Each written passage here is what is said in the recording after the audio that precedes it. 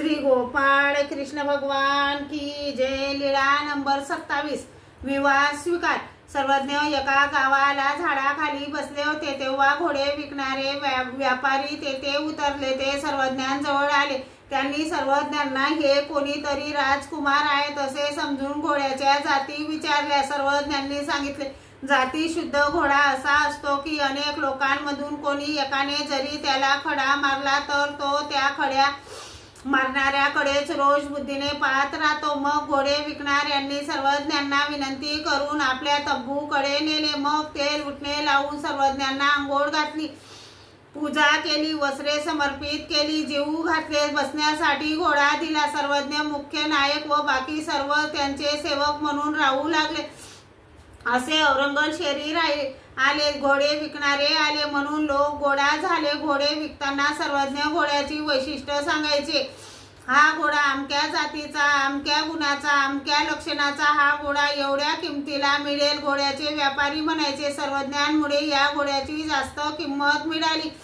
घोडा विकत घेणारे लोक म्हणायचे, सर्वज्ञांमुळे हा घोडा आम्हाला स्वस्त किमतीला मिळाला। तेव्हा तेथे एक श्रीमंत व्यापारी आला। त्याने सर्वज्ञांना पाहिले आणि सर्वज्ञांच्या रूपाला पाहून विस्मित झाला व विनंती करू लागला, मला एक सुंदर मुलगी आहे, तिच्या रूपागुणासारखा वर मला कुठेही सापडला नाही। तिचा आपण आपली राणी म्हणून स्वीकार केला तर मी कृतकृत्य होईल व तिला जन्म दिल्याचे सार्थक होईल।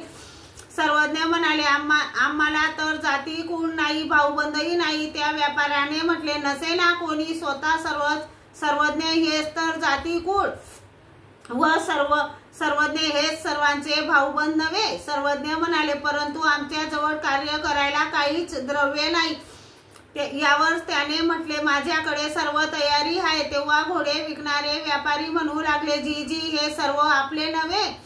मग तो व्यापारी सर्वज्ञांना आपल्या गोत्र कुटुंबांना दाखवण्यासाठी घेऊन गेला। सर्वांच्या संमतीने आपल्या मुलीचे सर्वज्ञांशी गोरज मुहूर्तावर लग्न लावले। 4 दिवस वराडीचे आदर तीर्थ झाले। मग घोडे विकणाऱ्यांनी परतण्याची परवानगी घेतली व निघाले। मग सर्वज्ञांनी तेथे काही दिवस राज्य केले। एके दिवशी सर्वज्ञ आपल्या राणी सोबत वरच्या मजल्यावर एका आसनावर बसून चौसर खेळत होते। राणी वारा घालत होती। तेव्हा एक अत्यंत विरक्त संन्यासी नगरात भिक्षेसाठी जाताना पाहून म्हटले, आता आम्ही सुद्धा असेच होणार। हे ऐकून राणी मूर्छित होऊन पडली। मग सर्वज्ञांनी तिला उठवले, आपल्या हाताने तिच्या डोळ्यातील अश्रू पुसून तिला सावध करून म्हणाले, आम्ही असे कशासाठी होऊ, तुम्हाला सोडून कुठे जाणार? आम्ही तुम्हाला सहज विनोदाने म्हटले। ही लीळा सर्वज्ञांनी पूर्वार्धात भक्तजनांना सांगितली।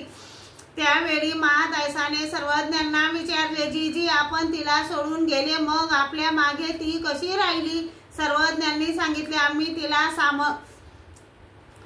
तिला सामर्थ्य संचार दिल्यामुळे ती आम्हाला नेहमी स्वतःपाशीच पाहत होती। श्री गोपाळ कृष्ण भगवान की जय।